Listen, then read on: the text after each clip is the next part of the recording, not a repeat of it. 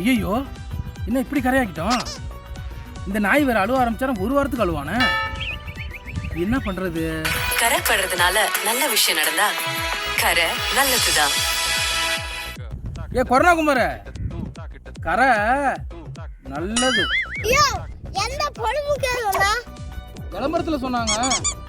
கரை நல்லதுன்னு சொன்னாங்கல்ல, ஆளுக்கு நல்லதுன்னு சொன்னாங்களா? இல்லையே, நான் சொல்ல